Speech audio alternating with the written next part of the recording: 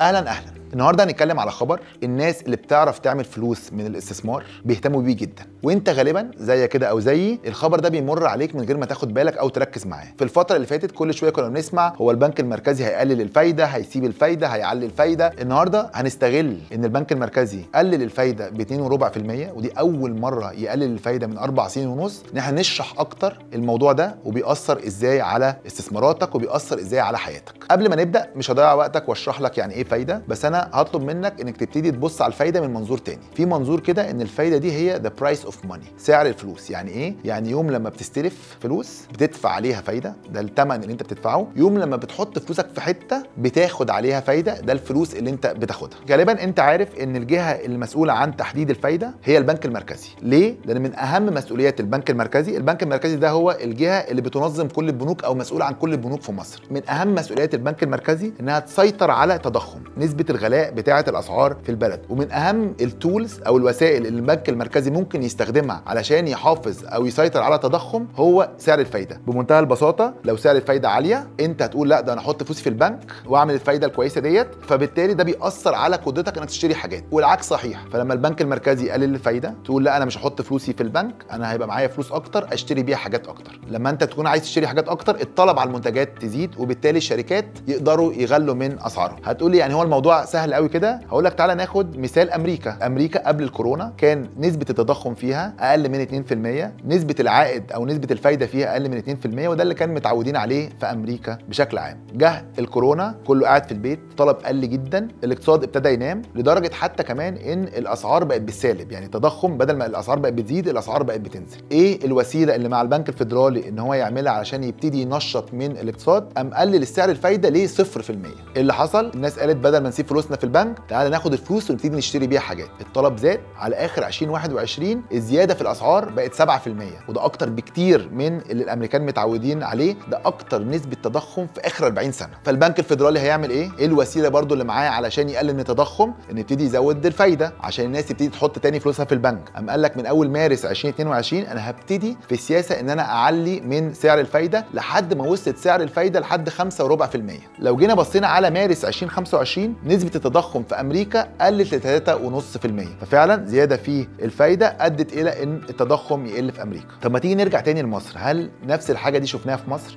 وشفناها اكتر كمان. حاجه بس عايزين نزودها الاول، ان زي ما قلنا ان البنك المركزي من اهم مسؤولياته ان هو يحافظ على او يحارب التضخم. مسؤوليه تانية كبيره جدا عند البنك المركزي ان هو يزود الطلب على العمله او يحافظ على العمله. طيب ايه اللي حصل في مصر؟ جينا 2020 البنك المركزي زي البنك الفيدرالي قام قلل الفايده ب 3% على اساس ان هو يساعد ان هو ينشط من الاقتصاد، الناس تبتدي تشتري تاني حاجات. بس اللي حصل ان التضخم زاد بشكل كبير، وده كان ناتج عن كذا حاجه. واحد، غير عامه الزياده في الطلب بسبب ان الفايده قلت، قامت حرب ما بين روسيا واوكرانيا. احنا بنستورد حاجات كتيره جدا من روسيا واوكرانيا وبتخش في المواد الغذائيه الاساسيه، وبالتالي الاسعار ابتدت تزيد مش عشان خاطر الطلب زاد، لا عشان تكلفه استيراد الحاجات دي زادت، البترول اللي احنا بنستورده زاد، فبشكل عام الاسعار ابتدت تزيد، فالتضخم بقى اعلى بكتير او مشكله التضخم بقت كبيره جدا في مصر. في نفس الوقت لما امريكا ابتدت تزود الفايده بقت ناس كتيره قوي من المستثمرين بيخرجوا فلوسهم من مصر بيحطوها عايزين ياخدوا 5% في امريكا، فبرضو الطلب على الجنيه قل. فالبنك المركزي دلوقتي بقى بيواجه مشكلتين، ان التضخم زاد قوي لدرجه ان في 2023 وصل ل 40%، وان الطلب على الجنيه قل بسبب ان المستثمرين بقوا بيشيلوا فلوسهم من الاسواق الناشئه اللي زي مصر اللي زي البلاد ديت وبقوا بيحطوها في الاسواق اللي زي امريكا. عشان كده البنك المركزي في ال4 سنين ونص اللي فاتوا كل شويه كان يزود الفايده لحد ما وصلت لحد 27.5%، لحد ما الشهر اللي فات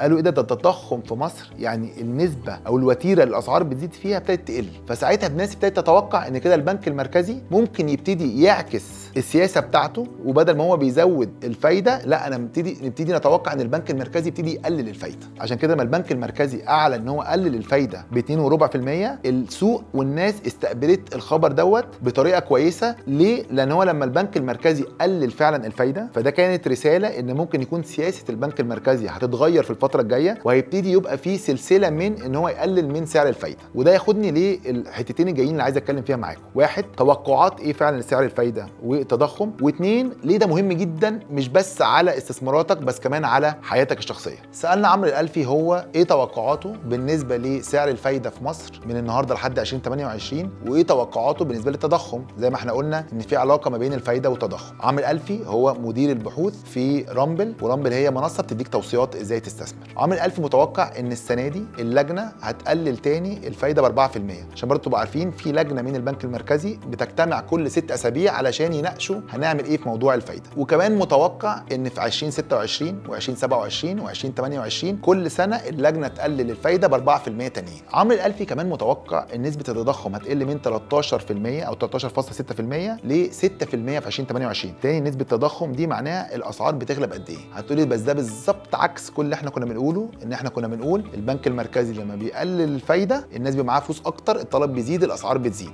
والعكس صحيح. دلوقتي انت بتقولي لا ده البنك المركزي هيقلل الفايده والاسعار كمان هتقل. وعشان نفهم ده محتاجين نفهم اكتر في مصر ايه اسباب التضخم اللي حصلت. زي ما انا كنت بقول لك اسباب التضخم اللي حصلت في مصر ما كانتش ناتجه عن ان البنك المركزي قلل الفايده زي اللي حصل في امريكا. جزء كبير جدا من اسباب التضخم كان ليه علاقه بزياده تكلفه الحاجات ناتجه بقى عن الحرب، عن الحاجات الكتيره جدا اللي حصلت في الاربع سنين اللي فاتوا. فبالنسبه لمصر بالعكس، لما البنك المركزي هيقلل الفايده تكلفه الفلوس، لو تفتكروا احنا قلنا لما الشركات او انت بتستلف فلوس بتدفع عليها فايده، ده سعر الفلوس اللي انت استلفتها. فمعظم الشركات بتمول مصانعها، بتمول انتاجها عن طريق انها بتستلف من البنوك عشان تشتري المكن، تشتري الخامات والحاجات دي. فدلوقتي البنوك بعد ما كانت بتدفع 27% تدفع 25%، بعد كده 4% قل لحد 2028. فبالتالي لما التكلفه بتقل فالشركات دلوقتي بقت ممكن تزود ارباحها من غير ما تعلي اسعار منتجاتها. فبالتالي عشان كده احنا شايفين الوضع في مصر الفايده كانت زادت كتير قوي، ان نزولها هيأثر على التكلفه اكتر ما هيأثر على القوه الشرائيه بتاعت الناس. دلوقتي اتكلمنا على التوقعات، تعالوا نفهم ازاي ده ممكن يأثر على حياتنا الشخصيه وعلى استثماراتنا. سألنا عمرو الالفي ازاي هو شايف التوقعات دي هتأثر على الاستثمارات، على البورصه بشكل عام او الاستثمار في الشركات. عمرو شايف ان ده المفروض هيكون ليه تأثير ايجابي، منها ان الشركات تكلفتها هتقل، الشركات اللي كانت بتستلف، فبالتالي ارباحها ممكن تزيد، واي شركه ارباحها بتزيد قيمتها بتزيد. ده حاجه. الحاجه الثانيه لما الفايده بتقول، احنا قلنا الناس بيكون معاهم فلوس اكتر، فالناس بتبقى عندها قدره انها تحط فلوسها دي في حتت ثانيه غير في البنك. فمن الحتت اللي الناس ممكن تحط فيها فلوسها ان هم يحطوها في الشركات، وده بيسموها ان الفرصه البديله، ان دلوقتي الناس تبقى عايزه تشوف فرص ثانيه غير انها تحط فلوسها في البنك.